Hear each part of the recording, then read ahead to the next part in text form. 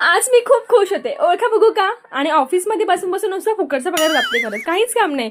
सगळे डोळे काळे करून घेतले मोबाईल बघून बघून आणि ह्यावेळेस अनलिमिटेडचा रिचार्ज करून खूप पस्तावा आलाय आता. जाऊ द्या ते. हुईगे ते हुईगे.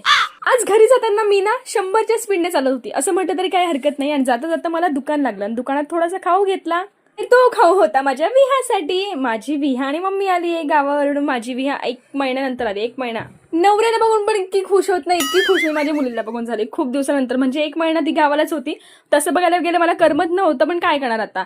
आणि किती पण केलं तर आई आहे ना. आणि मला बघून वाटत नाही मी आई आहे, तो विषय वेगळा आहे. आणि बाय असली भलतीगंदी सवय रास. नुसते एपिसोड जमा करतेस. आत थाईन लव, त्यात थाईन लव, हाई लव, ते लव. म्हणे मम्मीने तेच केलं होतं. आणि मी पण त्यांच्यात लेख बरं का. मम्मीने गावावरून इतका सगळं सामान आणलं होतं. भाजीपाला सुद्धा घेऊन आली होती.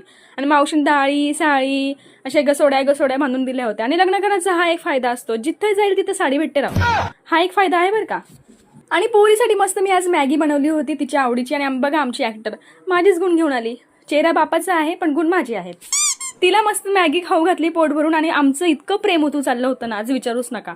इतकं प्रेम ना म्हणजे विचारायला सोय नाही हो. इतकं प्रेम होतं चाललं होतं. नुसते खूप लाड केले आम्ही दोघांनी एकमेकांचे, कारण की खूप दिवसानंतर भेटलो होतो. आणि या मस्त पोक्क्यानी भाजी खावाले.